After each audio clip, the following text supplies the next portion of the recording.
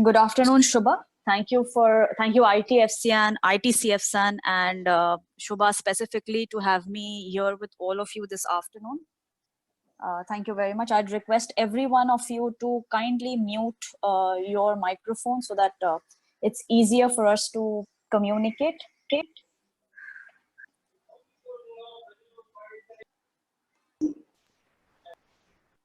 Yes, thanks for joining us, all of you. I see that the list of participants is growing, and glad to see that so many consumers, food regulators, food technologists are showing interest in such an imperative topic today. We are in the middle of a health pandemic, and it's very important to now take cognizance of the role that food, nutrition, and food and nutrition are playing in our health. And my objective in the next 40 minutes is to simplify the concepts of food labeling for you. I've got a note from the organizers that this is a mixed crowd of consumers, regulators, manufacturers. I'll try to make the information very relevant to each one of you so that there are some takeaways for everyone.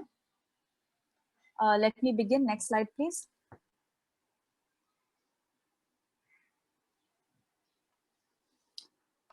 Can food labels help us live longer and healthier?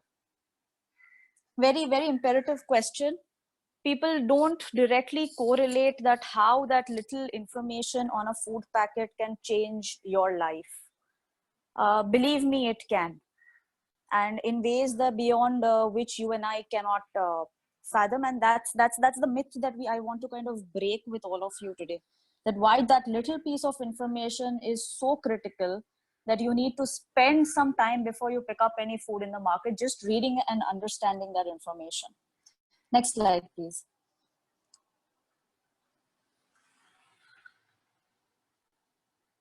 Yes. See, if you are following the COVID-19 data, we are seeing that of all the mortality cases, a very stark fact that has come out is that most of the deaths occurring in COVID-19 have been with people who have certain underlying diseases, largely diabetes and hypertension. We are seeing a very clear correlation between non-communicable diseases and the risk of fatality from communicable diseases today. India is now a part of a global consumption pattern. We are eating a lot like Westerners. We are trying to kind of mimic their cuisine. Packaged food is big. Our consumption, our dependency on packaged food is and convenience foods is big. The Eat Lancet report that was released in Feb 2019 mentioned that the highest factor for mortality is not tobacco and smoking, but it is poor diets. 50% more impact than tobacco and alcohol put together. 11 million people are dying from poor eating habits every year as compared to 7 million of people who are dying from smoking and tobacco. The Global Health Index ranks India at 120. We are behind countries like Bangladesh, Nepal, Sri Lanka, Pakistan, all of those countries, from many other developing countries as well. We also read of reports such as India has the second highest number of obese children in the world. Diabetes and obesity are now frequently being seen in children. Over 1 million children today in India are diabetic, type 1 diabetes, and type 2 is also on the rise.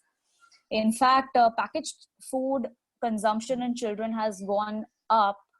The numbers say that 53% children are consuming packaged food once or twice a day. And which are the top 5 categories that they are choosing? Chips, noodles, ice cream, soft drinks, and chocolates.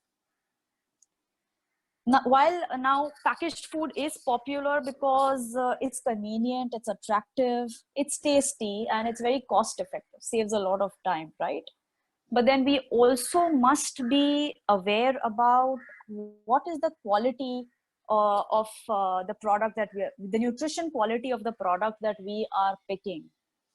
While it may be very convenient to sort out your lunches or dinners or immediate hunger, but the long lasting impact that packaged food is having on us is detrimental.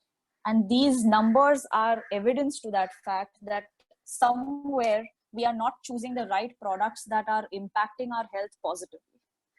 See, consumers don't want to kind of fall ill, right? But because the understanding and comprehension of food labels is so low, that the choices somehow are contrary to a consumer's desire of choosing healthy. Firstly, there are a lot of options in the market.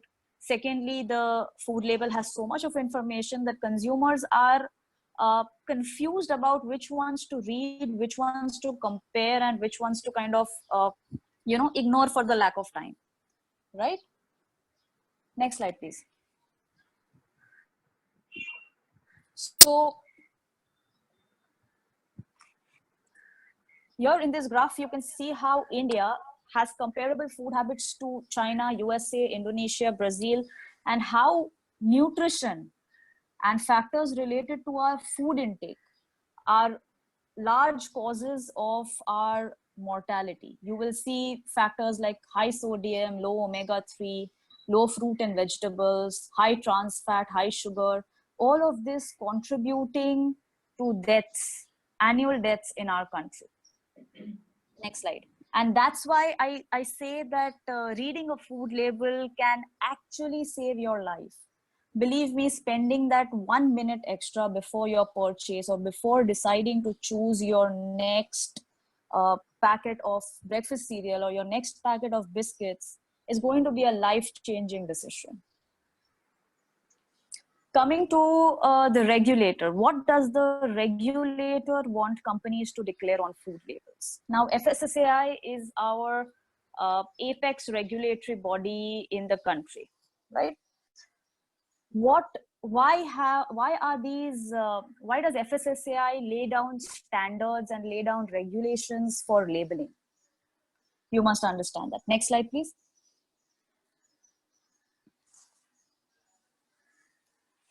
It is to create trust, transparency, and safety for the consumers.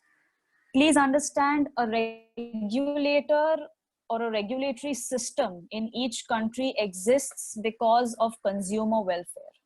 They are there to make your lives healthier and to ensure that you are safe with the food that you consume. So each law, each guideline that FSSAI lays down is is based on these three cornerstones of trust, transparency, and food safety. So while I could have given you a list of the things that are mandatory on a food label, I will share that with you in my next slide, but here is the rationale, the reason why that information on the food label needs to be declared.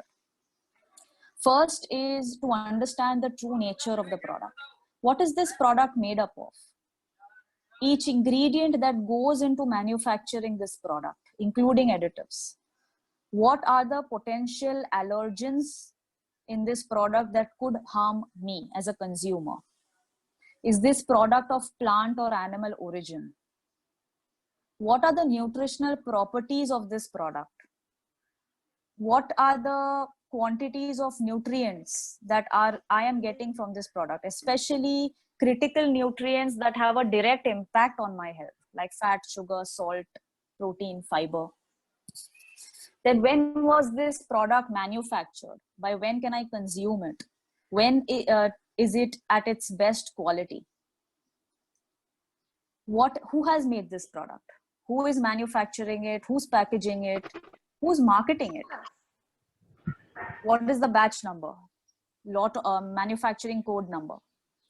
Is this product FSSAI certified? Is the license there? and how do I use this product. So each of these mandatory points that the government seeks manufacturers to declare on the label are for your safety as a consumer. Each of this point is important to help you and the impact health. Next slide.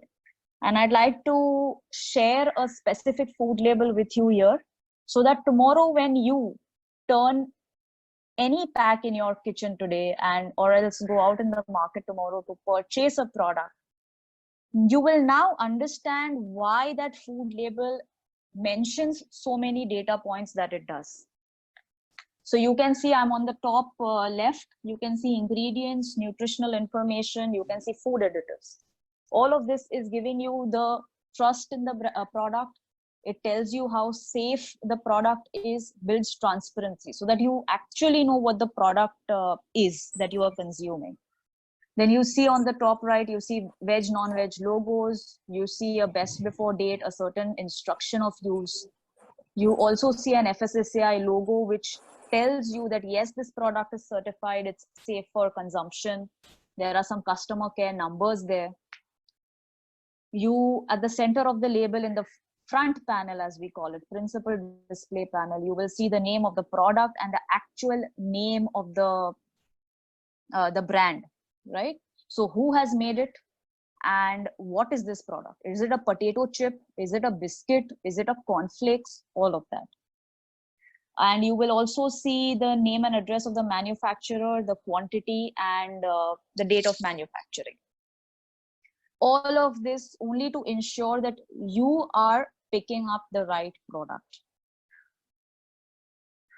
Next slide, please. Now we have seen above, there were these 12 mandatory points that each food label declares, right? So as per FSSAI, there are mandatory declarations and then there are voluntary declarations. So there's a lot of information on the food label.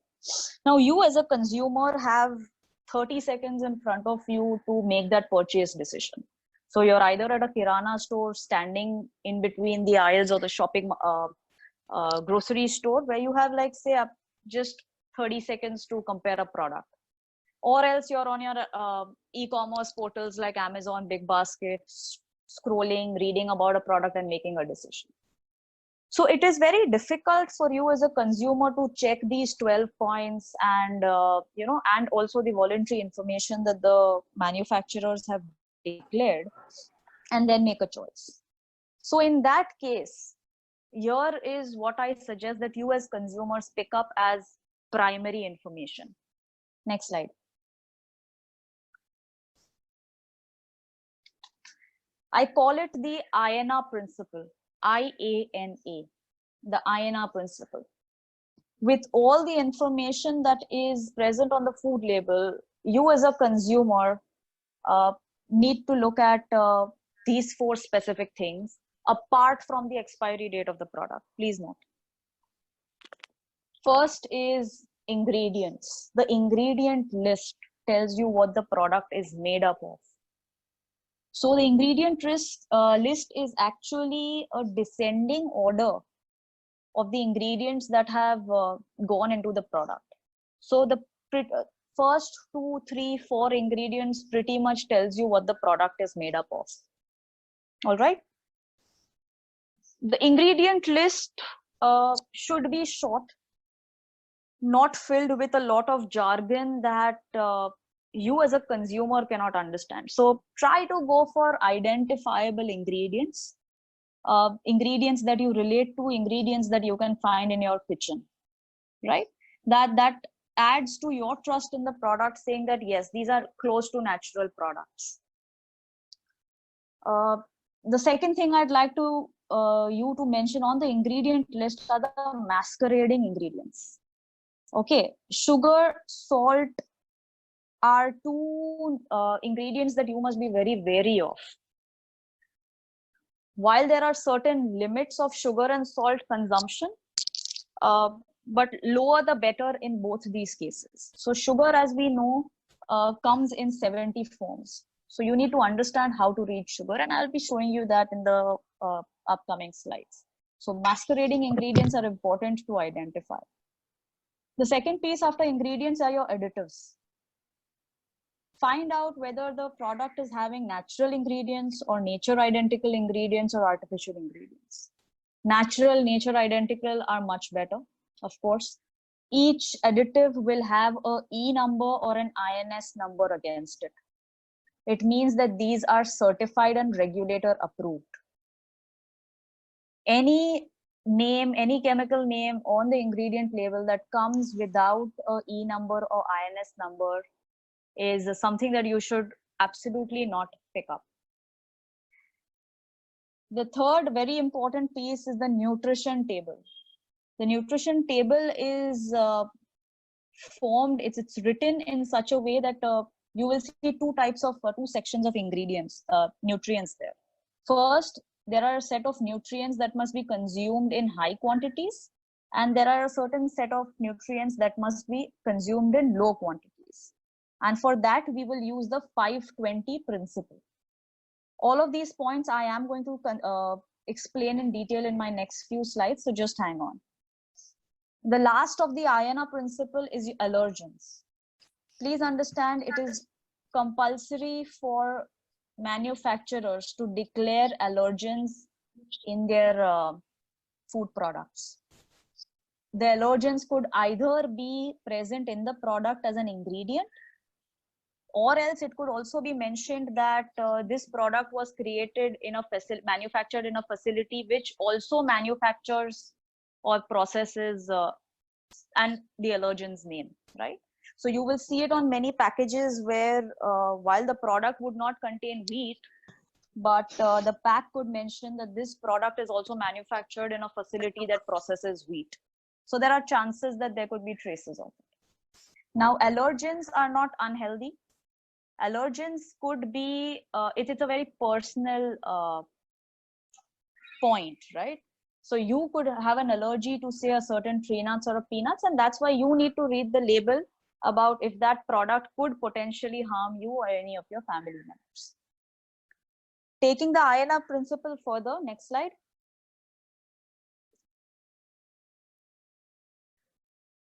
Here is what I wanted to speak about on the ingredient list. Now, masquerading ingredients like sugar, if you can see the words that are underlined. As I meant, look at the image to your left. As I mentioned, that sugar comes in 70 forms. So you will find it in by words like sugar, brown sugar, molasses, honey. You will also find cane sugar, beet sugar. All of these words, maltodextrins, high fructose corn syrup, HFCS, all of these are nothing but sugar in various forms. So please read the label. If sugar is the first, second, or third ingredient in your label, there are high chances that that product could be a high sugar product. And I suggest you use your discretion before choosing that product. To the image on the right, you will see salt mentioned in at multiple places.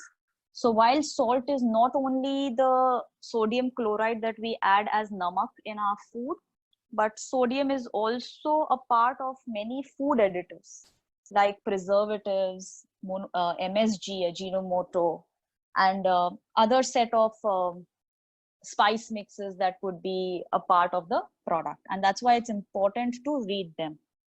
Don't forget, 30% of India is hypertensive, and high sodium foods are a big cause of increased blood pressure levels in Indians. Next slide, please.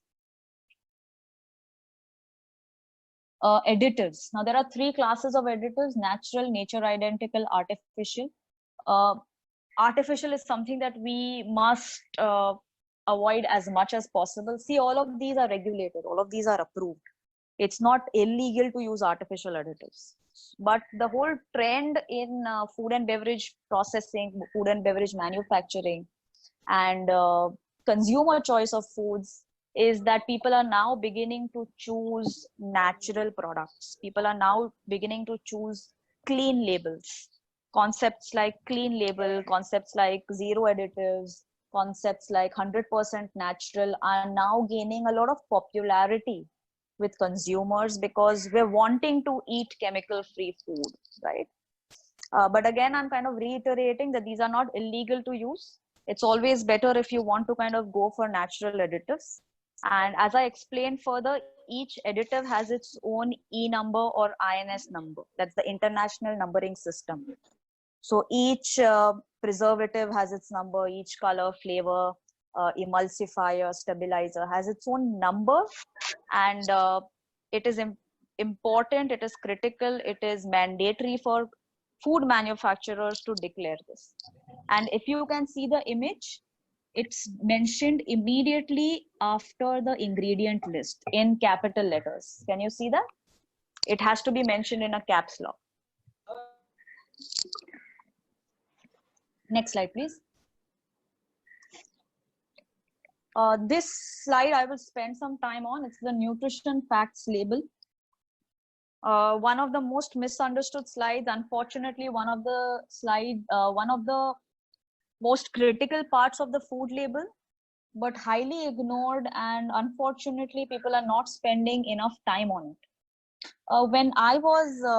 When my team was working on conceptualizing label blind, we had done a small study with 80 to 100 Mumbaikars, and we found that 60% people, 60% of our participants found this food label very complex.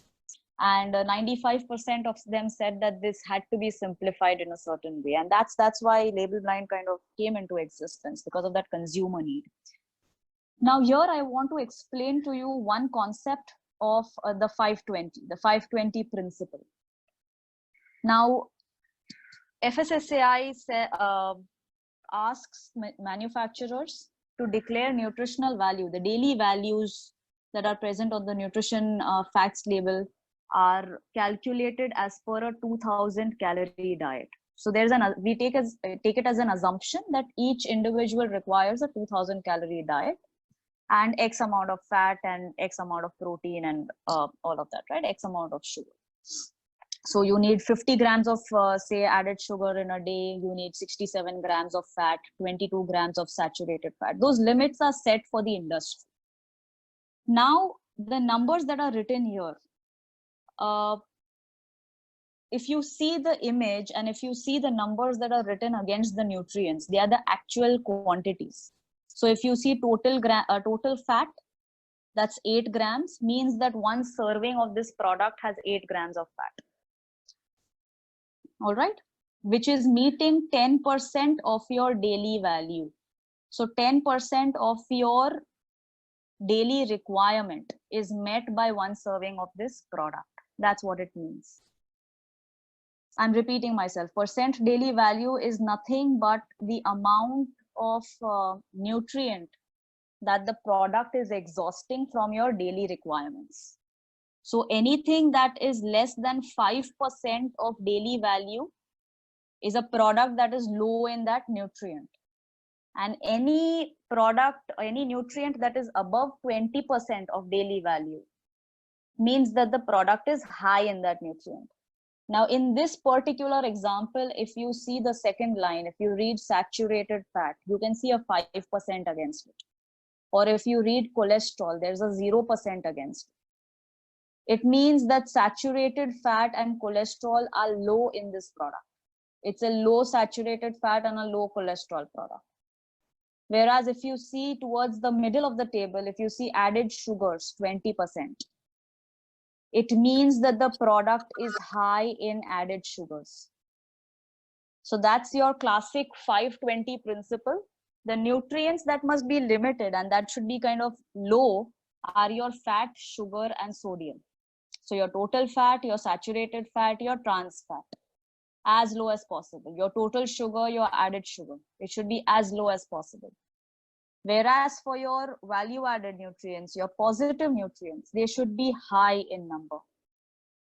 So can you see nutrients like protein, dietary fiber, calcium, iron, vitamin D, potassium. A lot of labels mention vitamin A, vitamin C. Those are beneficial nutrients and they must be in higher quantities, right? So that's the 520 principle that I want you to remember. And each time you're reading a food label, I want you to check that. Let's go to the next slide. Now, this is very interesting. It is talking about the global trends in food labeling. All right, and I want to kind of, next slide, please. And I want to share here that the world is now taking a classic AIDA model approach when it's coming to reading food labels. If there are any marketeers hearing me, you will know what an AIDA model is. For those who don't know, let me explain that the AIDA model is it's a consumer adoption model. So for any new concept or any new product in the market, this is how it kind of passes through a transition with its consumers. So first is the consumer begins taking attention of the concept or of the product. Then there is interest that's generated. Then there is a desire to know more, to learn more. And then there is an action of either adopting the concept or adopting the product. So now with respect to food labels, how is the world, and not just India alone, but how is the world progressing on the importance that we give food labels largely? Next slide. Next, yeah. So first is consumers are now paying attention to the nutrition information on the food pack. If you can see the images that on your slide, these are images of global front of pack labeling systems. Across the world, there have been multiple front of pack labeling systems that are adopted and largely being used by consumers and food manufacturers alike. In fact, it's a regulation. It's mandatory for companies to now adopt front of pack labeling. Now, why do you think front of pack labeling is important? We have the nutritional table at the back, we have ingredients, all of this information, but why this? The fact is that we as consumers there's a mindset shift, right? You're looking for smaller nuggets of information that are easy to understand and help you make a decision within a split second. So if you see the first two images on the top, that's the traffic signal labeling model that is adopted by UK, where products that are say low in certain nutrients are marked as green, and if they are high in certain nutrients, they are marked as red. So, and this is specifically for nutrients that cause a direct risk to your health, which is the total fat, sat fat, sodium, and sugar. So anything that has a red mark on it is supposed to be avoided. Then you can see the black hexagons with that's the warning symbols by chili. So each time the product is identified to be, say, a high in calorie or a high in saturated fat or a high in sugar, one of those or two of those or three of those or even four are present on the pack to indicate that the product is high in that particular nutrient. Nutri-Score is one of the most recent ones that have been adopted in Europe. So it began with France, and it's a color-coded grading system. So if you see A and B are green, that means that they are healthier products, whereas D and E are orange to red, which means the products could be unhealthy, and that's how they give a consumer a visual cue to pick up the healthier product. And the last one, which is the very famous one, is the Health Star rating by Australia and New Zealand. So now this is a star system. And you will, we will kind of find that we have seen such kind of system. We see it on our electronic appliances, right? Electronic appliances have a star system which tell you how much of electricity is that appliance consuming. It's pretty similar to that. So higher the stars, healthier the product. My point here is that front of pack labeling, believe me, it's now in vogue. It's now adopted by a lot of countries as very critical regulation. All right, and it is a lot. We also see front of pack labeling in countries like Sri Lanka, and there are some proprietary front of pack labeling systems as well in the USA. India very soon will have its own front of pack labeling system. The draft was out in July 2019. Label Blind is very proud to be a part of that discussion, that project. And we're confidently saying that this regulation will be out very soon. See, why FOP labeling? As I said, very easy to comprehend. It's quick information in one nugget.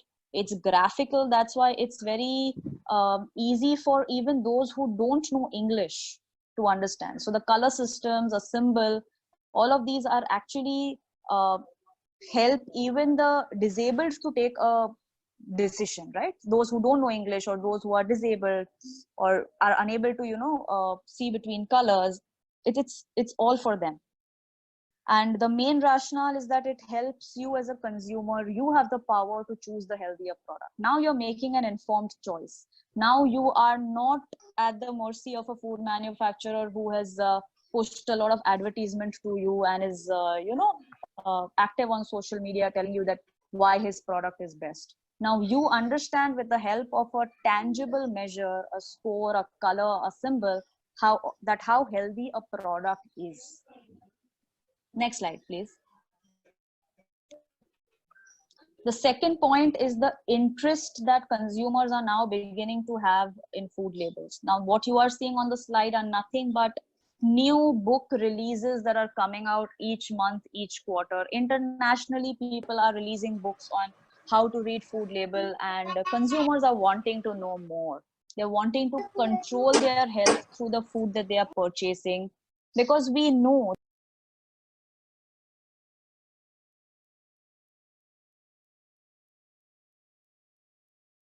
the population are not going back to pluck fruits from trees.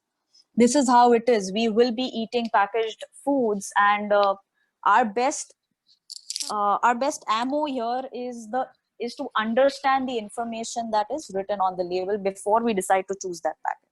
Next slide. The third is the desire. Consumers are not just looking at MRPs and expiries and deep discounts any longer. People are now turning the pack, reading about health claims, reading about the nutrition fact label. They're trying to understand the impact that these products are having on their body, and they're beginning to ask questions. For food manufacturers and for consumers alike, there's a message that I'd like to leave, that your food label is your first line of communication with your consumer. There are a lot of startups, there are a lot of food manufacturers who cannot advertise, but they are not leveraging the power of a food label to get in touch with their consumer, to express the right information and to communicate very clearly with the consumer. Next slide, please. The fourth piece is action. Consumers are now beginning to choose, beginning to compare, beginning to ask questions. And that's how we will choose right and we will eat right. Next slide, please. This is one of my favorite sections. In fact, it's something that I like talking about, So you and I as adults, we know what to, we understand these concepts, and we're willing to kind of make these healthy choices. But what about a child? How do you simplify the food label enough so that even a 7-year-old child can take that decision? And today we speak, and each one of us has at some point of time shared and felt that yes, today's kids are very smart, they're very intelligent, and they're very well aware. They have a power to reason, to comprehend quickly. They ask questions, though they don't take no for an answer. All right, so why not inculcate the habit of choosing good food, choosing healthy food right at the time when they need it, because their bodies are growing. Today we are seeing a lot of obesity and diabetes in children, but all of it is preventable, believe me. All of it is even reversible to a large extent if you plan to act today. Next slide, please. So as I said, these are young kids with inquisitive minds. They are constantly on the laptop, the phone, the tablet. They're talking about gaming. They're talking about new tech skills. They're talking about new games and videos. YouTube is now almost like a kindergarten level information for kids. All of that. Since my take on this subject is that we need to increase their interest, get them intrigued into reading food labels by adopting, by going with the flow. Now they have young inquisitive minds, right? So all they know is about their exam scores, their math scores, their Olympiad scores. So why not a food score? Why not tell them about what is the score of the food you ate today? Ask them a question. They have very short attention spans, so that's why front of pack labels introduce them to the concept. Very quick information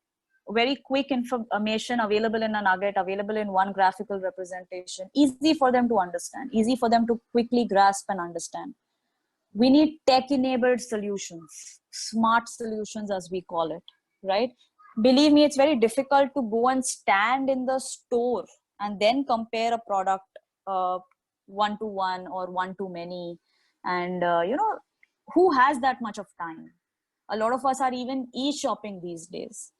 That at least gives you the convenience to be on your check products on your phone, check products on your laptop before you make the right. Engage your kids there, engage your kids in that decision making. So tomorrow when you're asking them questions, it's not just about the next flavor of biscuits that they want to choose. Make them sit with you and tell them how would they choose a healthier biscuit, or how would they choose a healthier cornflakes, or how would they choose the healthier ice cream. And they're very fast learners, believe me. 1 or 2 rounds of explanation, and believe me, they would have grasped the concept. And it's so important. And we see that people, young kids today, are speaking the language of, oh, this is not healthy for my body, or my mother says that this is junk food, oh, my mother says this has too much sugar. And you see kids speaking this language. So why not capitalize on their young, very moldable, very impressionable minds and inculcate this as a habit in them? Next slide, please. So you will see a lot of apps today that allow you to say scan products, scan barcodes, and just have that information about a product available on the mobile screen, available on a tablet, available basically at the touch of their fingers, and help them choose, understand, compare products. It's important that kids make their own decisions soon enough, right from an early age, so that early habits are kind of can be built at a very early age of 6, 7, 8, 10. Next slide, please. And that's next slide, please. So that's my last slide, and I'd like to kind of leave you with thoughts of 3 people who have kind of inspired me. They are leaders in the space of food, health, regulation, and I'd like to leave you with a thought that food labeling is for consumers to make better informed choices. Believe me, it's a great tool for each mother, each family member to use, so that the products that you are consuming, your children are consuming, are healthier. The products that you consume can impact your health in a positive way. And that's pretty much what the need of the hour is, you know, for us to take control of our health, of our immunity, of our uh, controlling our diseases, building our strength towards pandemics like the COVID-19, and food nutrition becomes our first line of defense. All right. And on that note, I'd like to throw the floor open for questions.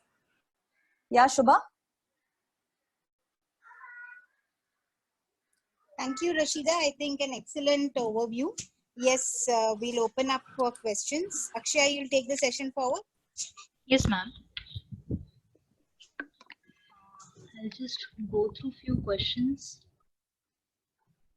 Hello. Hello. Hello. Please send your questions in chats. We will read them for you. Okay. There is one question from Madhavi Sathe. She wants to know. Next slide, please. Actually, just change the slide. Yeah. Please go ahead, Madhavi. Yeah, Madhavi Sathe has a question that is best before and date of expiry mean the same? Does it mean the same? And does best before mean that after that date product is unfit for consumption? Sure, nice question. Madhavi, best before and expiry date are not the same. Okay, best before date tells you that the product will be in its best conditions of quality, taste, all organoleptic factors till that time. However, even after that date, the product is still fit for consumption. Okay, that's best before for you. However, for expiry, it's usually done for perishable products like milk, bread, that after a certain date or time, this product will not be fit for human consumption and must be discarded. That's the difference between the two. So best before still tells you the best quality that the product will kind of attain. But however, the product is still consumable after best before, whereas the product is not consumable after an expiry date. Next question. Okay, Malvika Khurana wants to know how to decide the serving size. See, serving size is a very good question. In fact, serving size is the amount of food that you will consume in one sitting.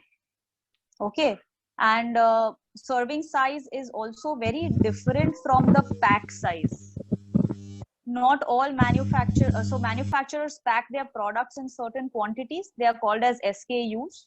So you will say, for example, a packet of chips. You will find a 5 rupee packet, a 10 rupee packet, a 20 rupee packet, a 40 rupee packet. A 40 rupee packet does not mean that full packet is supposed to be eaten at one time. That's not serving size. So serving size, there is no standard quantity or a consensus that the industry is arrived at. So each company chooses their own serving sizes, but largely there are some broad thumb rules that people follow. Like for beverages, it's 200 ml, like a glass. For soups, it is 150 ml, like a bowl. For snacks, it is 30 grams, that is 2 fistfuls. Right? These are some broad serving sizes decided by the company who's manufacturing actually, and it's great if they start writing the information for that as well.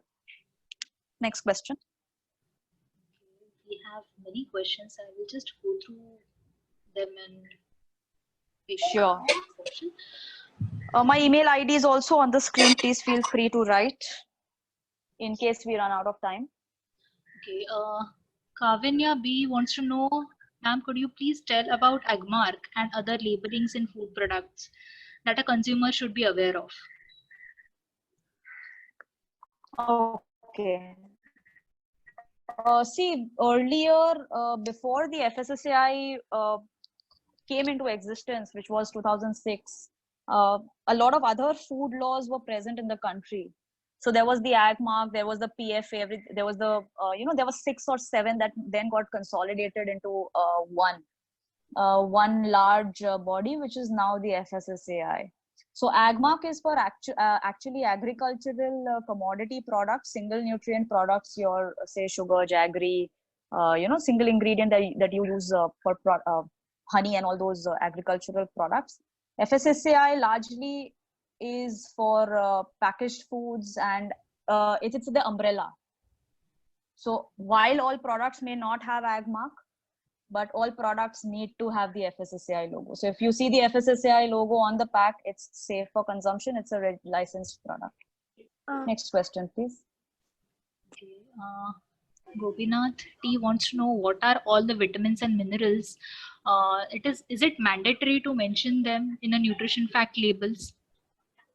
Number one is vitamin minerals are not mandatory. However, if your product is making a claim for that vitamin or mineral, then it is mandatory for the company to declare that nutrient. So if a company is writing calcium rich yogurt, calcium must be on the nutrition table.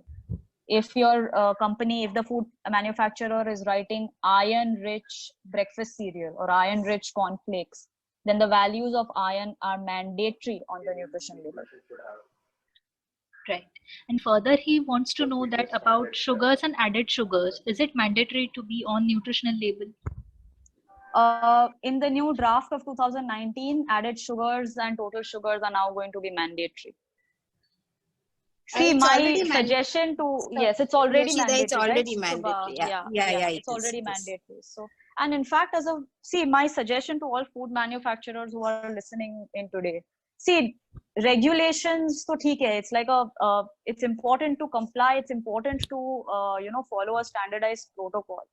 You as a manufacturer must give out all the information to your consumers. Otherwise, how will consumers build trust in your product? There are many packets that you see today which are declaring only 3 things like energy, carb, fat, protein. How will the consumer know what the product is about? The nutrition table. People are beginning to ask questions, and this is where they lose trust. So as much as information you can declare, you can show, you can share with your consumers, please voluntarily, willingly start declaring it.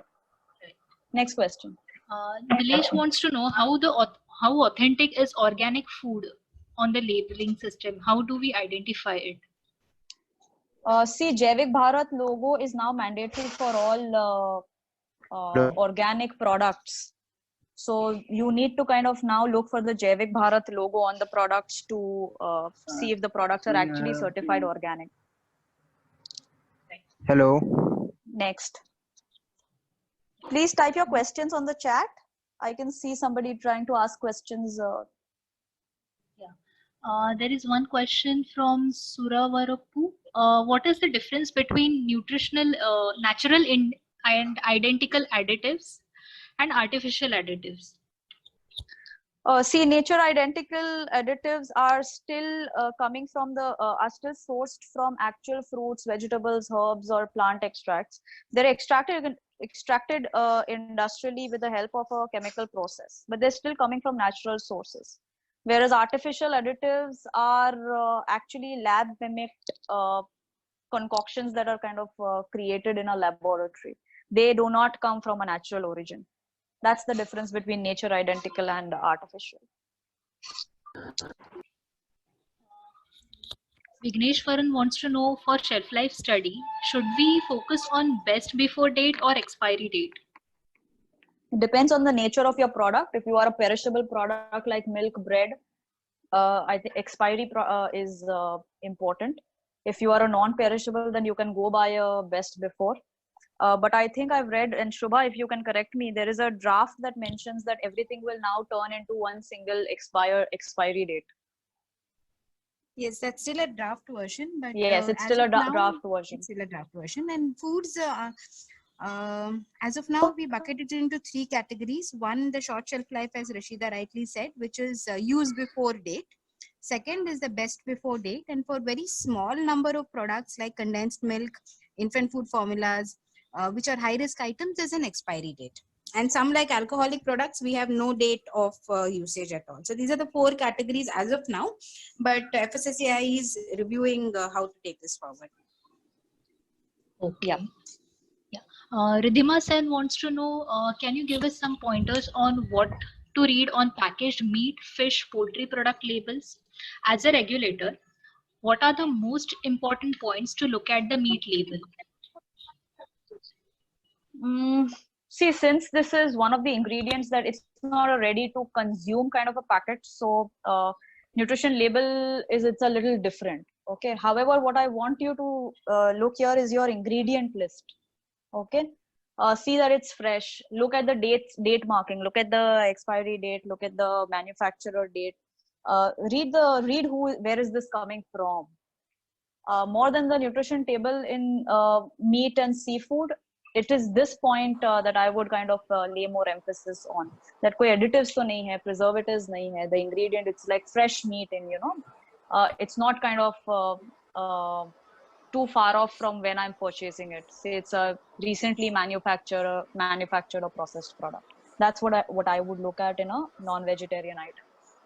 I can also add a little bit to that, Rashida. Yes, Please. looking at the additives becomes key, because another quick tip that you can look is the percentage of meat, because you have these similar sounding products available at various price points. The difference is that the lower price points normally have a greater number of fillers. So when you actually look at the meat percentage in the product, it will be small, and you will have other starches, etc. added in. Again, it's not necessarily bad for health, but in order to make this starch look and taste like a meat, the number of additives goes up. So keep an eye on the additives that you see. It is mandatory, and every manufacturer respects and complies with FSSR regulations. So I've seen a couple of questions, in the chat saying, do people misdeclare? No, people do not misdeclare, because that is important for their continuity of business. It's law of the land, they meet it. So have a look at the list of additives. Yeah, that should be something that you can look at specifically for meat, because in trying to keep costs down, manufacturers might look at, again, there's nothing wrong, so to say. There are people who purchase at various price points, but depending on your lookout, the percentage meat is one item which you can look at. Over to you, Rashida. Yes, next question. Shipra Sood wants to know, how can we determine if a carryover additive shall be mentioned on the label or not? I'm sorry, Akshay, can you repeat the question? I missed this. She wants to know, how can we determine if a carryover additive shall be mentioned on a label or not? I'm sorry. If I can take this question, I think you are moving away from Rashida's topic here. These are regulation related to product development, not at all anything to do with the label. However, to quickly answer your question, any additive, even if it is as a carryover, needs to be mentioned on the label. The carryover regulation that is part of the product standards allows a carryover in a... So if an additive is not permitted in product A, but it is coming into it through one of its raw material, maybe it's spice mix or it's breadcrumbs, it may be allowed, but on the label, it will always be there. All right. But I request participants to please stay focused to the label and not address questions which are not... Akshay, maybe you could also just skim through them and pick up ones relevant to the current topic. Okay. Okay. Bhagwat Kharbal wants to know, what is difference between which sugar, as in sugar as sucrose or fructose? How do we know the difference? See, largely added sugars are your sucrose, right? That's where the cane sugar is kind of mentioned. Total sugars could be coming in from the natural ingredients of the products, which could be fructose from the fruits, or glucose and fructose from honey, and those kinds.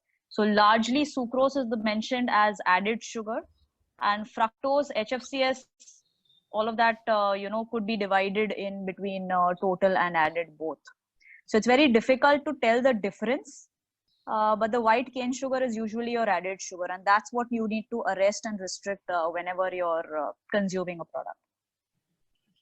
We have one question regarding colorblind people. Mohit Raj wants to know, I have heard about new logo on veg and non-veg for colorblind people.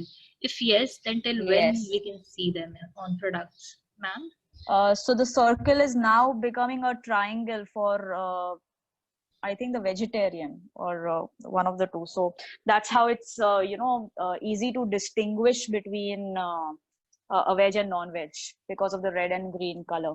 It's in the draft already, and I think it should be kind of out very soon. It's there as a part of the labeling draft of July 2019. The graphical symbol will change. Next. Okay, I'm just going through the questions, ma'am. There are many questions which we have received right now.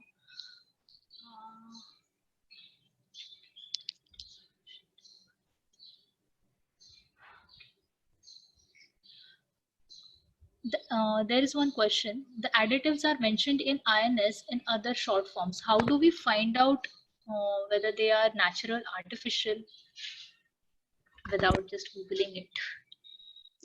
See, your natural, artificial, nature identical will be mentioned largely for your flavorings and colors. So that is written in a different line at the below the ingredient list. Okay. And however, the INS number which is mentioned within the ingredient list is largely for your emulsifiers, stabilizers, thickeners, and other food additives. So those are, you can kind of just do a check on, say, what is E303 and kind of read more about it. The fact that it has an INS number means that it is safe for consumption. So that you have to not worry about. And largely the issues of artificial are in flavoring and coloring, which are very clearly elaborated below the ingredient list. Next.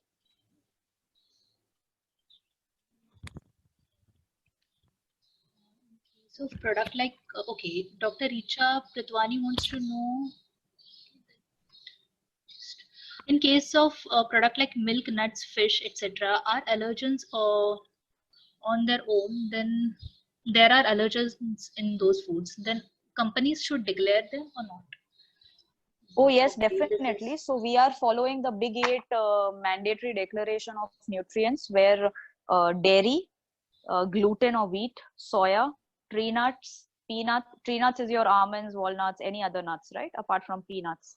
Peanuts, crustacean, eggs, and fish. These are the 8 allergens that are mandatorily have to be declared on the food label. It's the law. Okay. Are allergens present on front of the pack? Can they be No, they declared? are present on back on the pack below the ingredient and the additives list. They're very close to the ingredient list. So, and they're in caps most of the time. So that because it's a warning information. So it's usually around the ingredient list. And Next. can you please tell us what is masquerading agent?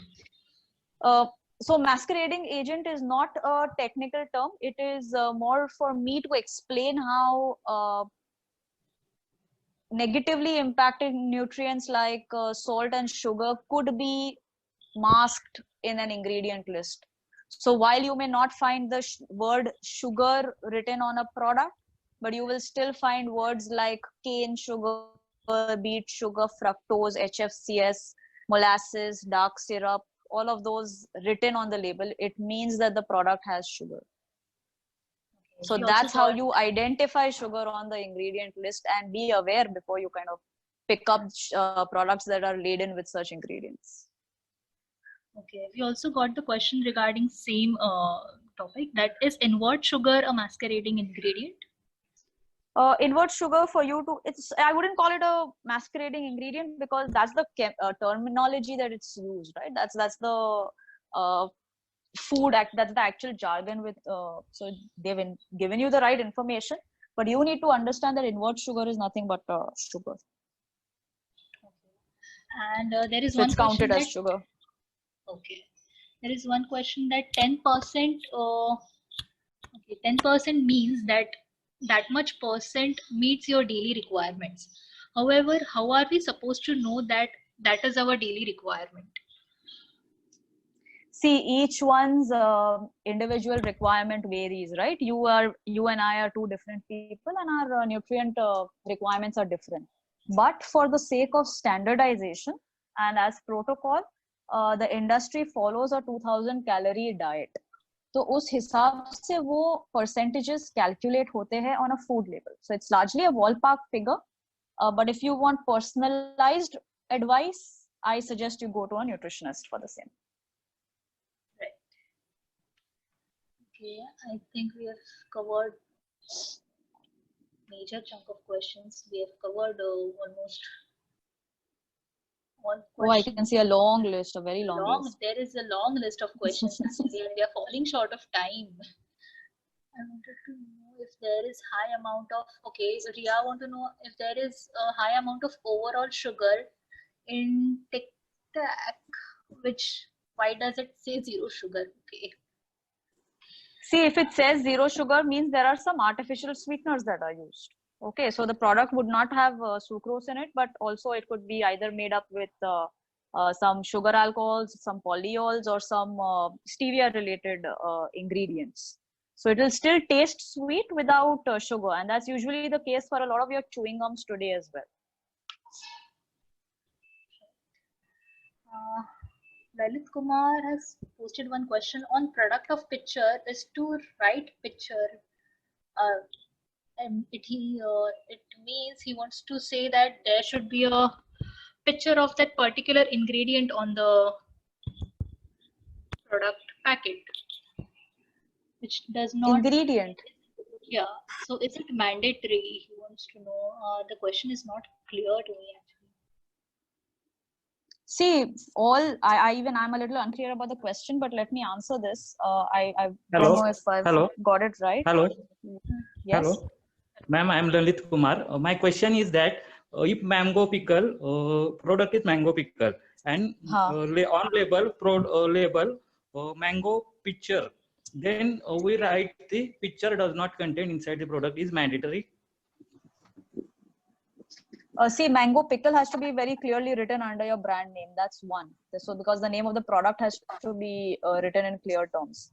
And if you're giving the mango picture, then you need to write that this is a representational picture and not an actual picture of the product. See, a lot of companies today are kind of moving away from representational pictures. They either kind of put a picture of their own product, which is more real, or they don't put it at all. And there is some kind of a little transparency in the packaging where the consumer can actually see the product. It's either a glass bottle where you can see it, or else a transparent section in the pouch where consumers are able to see through it. I mean, that's where the industry trends are going today. You know, no representational pictures or sketches, but either the actual image or a little opening where consumers can see your product. Yes, Akshay, next question. I think we've covered many questions till now. Sure. Yeah. So if they have any questions. Thank you so much, Rashida. I think I'll request the other participants. You've shared your coordinates. Please write to ma'am directly. Should you have any questions, and she will try her best to revert. We'll close this session for now. Thank you so much, Rashida. Yes. I think an excellent. Shubha, thank you for having me here. It's been great interacting with you, and the team has kind of organized this beautifully, and it's been like a breeze to interact with 500 people sitting at the comfort of home. You know, so truly Yes. well organized, and thank you so much. Thank you. We appreciate the kind words. Thank